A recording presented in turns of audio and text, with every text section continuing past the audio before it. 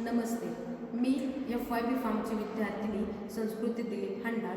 माझं कॉलेज आहे Shri Dhanaji Shelke college of pharmacy Waghari Pune. मुलींना दिले शिक्षण, मोठा केला सन्मान. मुलींना दिले शिक्षण, मोठा केला सन्मान. महान त्यांचे कार्य असे महात्मा ज्योतिराव फुले. महान ज्यांचे कार्य असे महात्मा ज्योतिराव फुले. मी आज आपल्यासमोर महात्मा ज्योतिराव फुले यांच्या ध्येयाबद्दल आणि कार्याबद्दल माझे विचार मांडणार आहे. महात्मा ज्योतिराव फुले यांचा जन्म 11 एप्रिल 1827 रोजी झाला. महात्मा ज्योतिराव फुले हे एक समाज सुधारक आणि जातीय भेद अन्यायाविरुद्ध लढा देण्याचे त्यांनी मुख्य काम केले. महात्मा ज्योतिराव फुले यांचे महत्त्वाचे कार्य म्हणजे स्त्री शिक्षणाचा प्रसार. पुढे जाऊन महात्मा ज्योतिराव फुले यांचे लग्न सावित्रीबाई फुले यांच्याशी झाले. महात्मा ज्योतिराव फुले आणि सावित्रीबाई फुले यांनी मिळून महाराष्ट्रातील पुणे येथे बिडेवाड्यात पहिली शाळा सुरू केली. ती शाळा होती मुलींसाठी. परंतु ही शाळा सुरू करत असताना महात्मा ज्योतिराव फुले आणि सावित्रीबाई फुले यांना खूप यातना सहन कराव्या लागल्या. त्या म्हणजे जर सावित्रीबाई फुले शिकवत असतील तर त्यांच्या अंगावर समाजातील लोक शेंगोळे दगड फेकू लागले.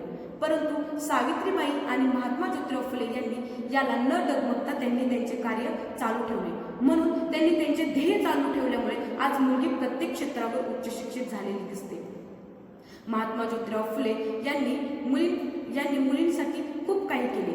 तसेच दलित समाजासाठीही केले. तसेच शेतकऱ्यांच्या समस्या मांडल्या व त्यांना न्याय मिळवून देण्याचे काम महात्मा ज्योतिराव फुले यांनी केले.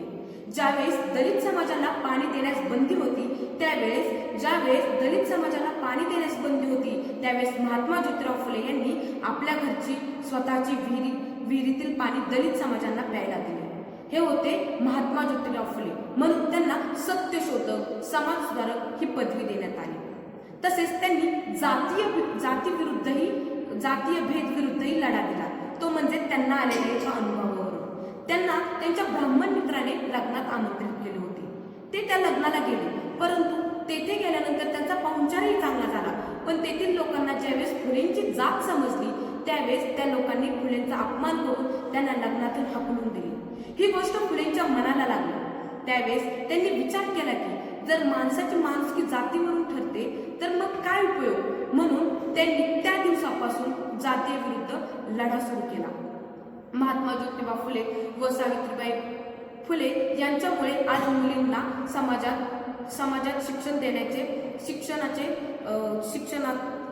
महात्मा ज्योतिराव फुले यांचे मुख्य ध्येय होते ते म्हणजे समाजातील समानता, स्त्री पुरुष समानता प्रस्थापित करणे आणि अन्यायाविरुद्ध आणि जातीभेद नष्ट करणे. त्यांनी समाज सुधारक समाजाची स्थापना केली व खालच्या वर्गांना न्याय मिळवून देण्याचे काम केले. आजही आपण महात्मा ज्योतिराव फुले यांच्या विचारांवर चालण्याचे काम करूया. महात्मा ज्योतिराव फुले यांनी पटवून दिले की शिक्षण हेच खरे शस्त्र आहे आणि समानता हीच खरी प्रगती आहे.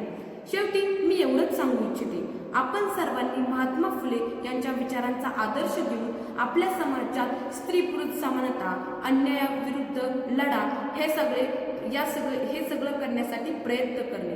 मी जाता एवढंच 4 वेळी म्हणून दाखवेल तुम्हाला. आम्ही भारतीय नारी, आम्ही सावित्रीच्या लेकी. आम्ही भारतीय नारी, आम्ही सावित्रीच्या लेकी. पूजा ज्ञानाची करीतो, पूजा ज्ञानाची करीतो. आम्ही भारतीय नारी, आम्ही सावित्रीच्या लेकी. पूजा ज्ञानाची करीतो, पूजा ज्ञानाची करीतो. धन्यवाद.